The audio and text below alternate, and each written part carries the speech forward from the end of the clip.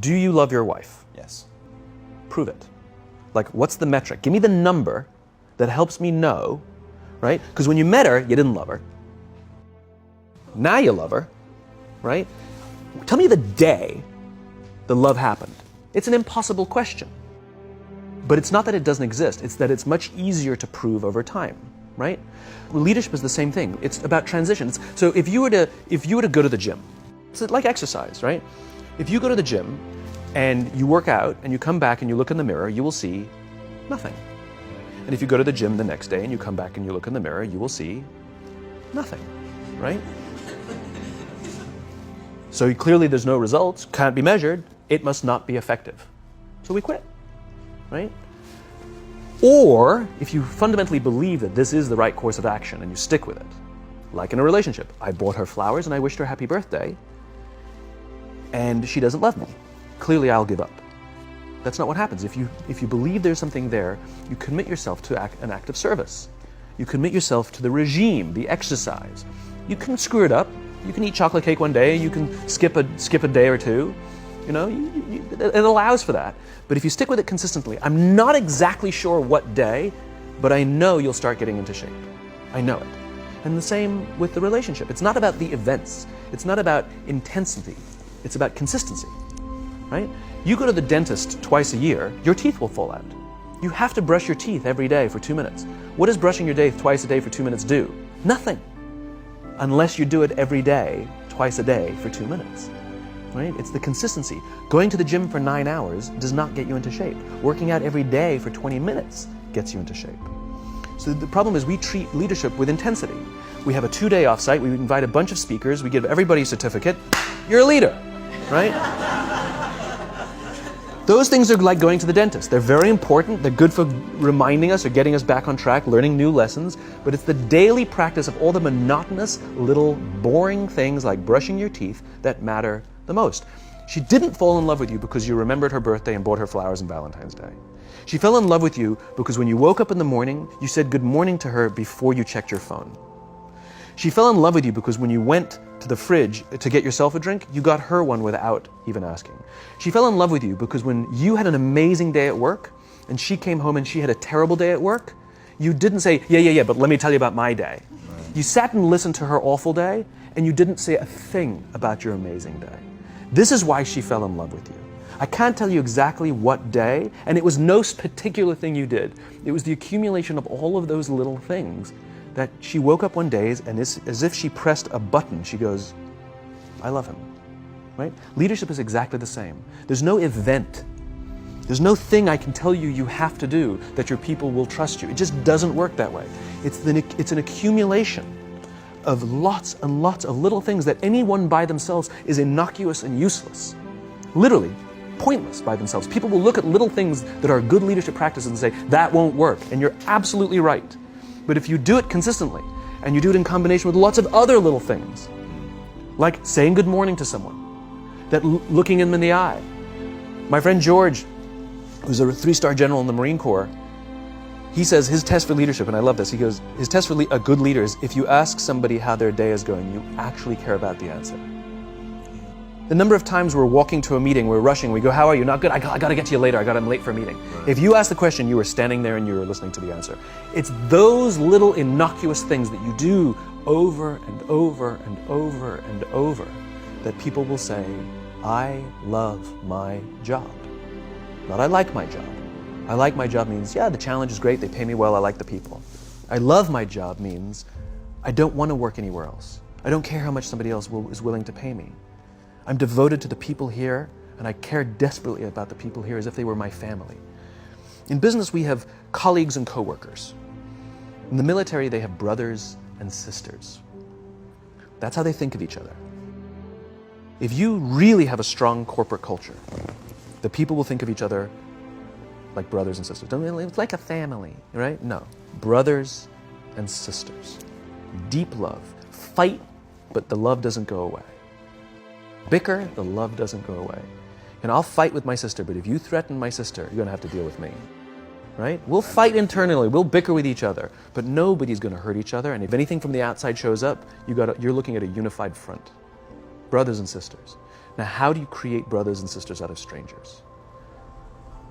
Common beliefs, common values, parents, in other words, executives who care about their children's success, who care to raise their children, teach them skills, discipline them when necessary, help them build their self-confidence so that they can go on and achieve something more than you could have ever imagined achieving for yourself. That's leadership, an absolute love and devotion for the people who've committed their lives to this enterprise. It's a human thing. So just as you know how your body feels after a good workout, and you know how your body feels after a big greasy meal, you know that one is good for you and one is not, despite what it may taste like. And that's the problem with short-term gains, right? They feel really good in the short term. We're highly, highly, highly trained social animals. We're highly adapted social animals.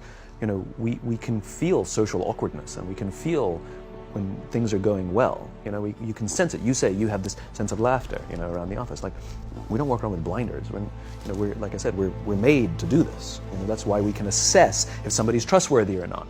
That's why we keep our walls and we're like, yeah, his results are great, but I wouldn't trust him. As opposed to letting down your body, like, I trust her with anything. I trust her with my kids, my money, anything. So we're highly attuned animals, and so we're good at sensing it. But I will say there is a caveat to your metric of laughter, which is a decent one, is that scale breaks things in human beings. As I said before, we're not made for populations bigger than about 150-ish. It's called Dunbar's number. Robin Dunbar, a professor from Cambridge University, theorized that we cannot maintain more than about 150 close relationships. And the way he defined a close relationship is, if you're at a bar with a bunch of friends and somebody comes in, would you ask that person to join you or not? And it's about 150 that we would ask them to come join us. And if you think about the reason, that actually makes perfect sense, which is there's two limiting factors. One is time. If you only gave 2 minutes to every person you know, you'd make no close friends. And the other one is memory. You just can't remember everybody. And so this is where leadership becomes very, very interesting. Because if you have a company that has a lot of people, 5, 6, 7, 800 people, 1,000, 2,000, 5,000 people, clearly you can't know everyone. And clearly as a CEO, like, I care about every single one of my people. You don't even know. Some of the people you work for who work for you are bastards. You don't care about them, right? So it's a nonsense statement. But what you can say is, I desperately care about the people whose names I know and whose faces I recognize. And I care desperately about my leadership, and I instill in them every day that I will give them the tools and I will take care of them with one purpose and one purpose only, that they will take care of the people in their charge. And I want those people to take care of the people and instill in them that they take care of the people in their charge.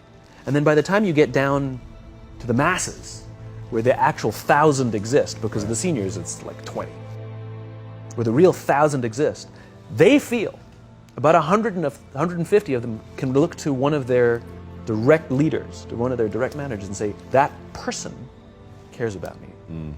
That's our boss, that's my boss, that's my leader. Not the leader, it's the CEO. That's my manager, my boss, my leader. The one thing I am comfortable saying that all effective leaders must have is courage. Because it is hard. It is hard to stand up against outside pressure. It is hard to stand up to an external constituency who's pushing you to do something for their short-term gain, to do the right thing for your people. It is hard. It is thankless. It is lonely. Sometimes you get fired. Sometimes you get in trouble. Sometimes you'll lose your job and the next guy will get all the credit. It's all true. And the courage to do the right thing in the face of overwhelming pressure, only the best leaders have that courage. Only the best leaders. And here's the folly. Courage is not some deep internal fortitude. You don't dig down deep and find the courage, right? It just doesn't exist. Courage is external. Our courage comes from the support we feel from others. In other words, when you feel that someone has your back, when you know that the day that you admit you can't do it, someone will be there and say, I got you. You can do this. That's what gives you the courage to do the difficult thing. It's not going off to an ashram by yourself somewhere for 4 weeks and coming back and finding the courage. It's not what happens. It's the relationships that we foster. It's the people around us who love us and care about us and believe in us. And when we have those relationships, we will find the courage to do the right thing. And when you act with courage, that in turn will inspire those in your organization to also act with courage. In other words, it's still an external thing. That's what inspiration is, right? I'm inspired to follow your example. But those relationships that we foster over the course of a lifetime will not only make us into the leaders we need to be and hope we can be, but they'll often save your life. They'll save you from depression, they'll save you from giving up, they'll save you from any matter of negative feelings about your own capabilities, your own future. When someone just says, I love you.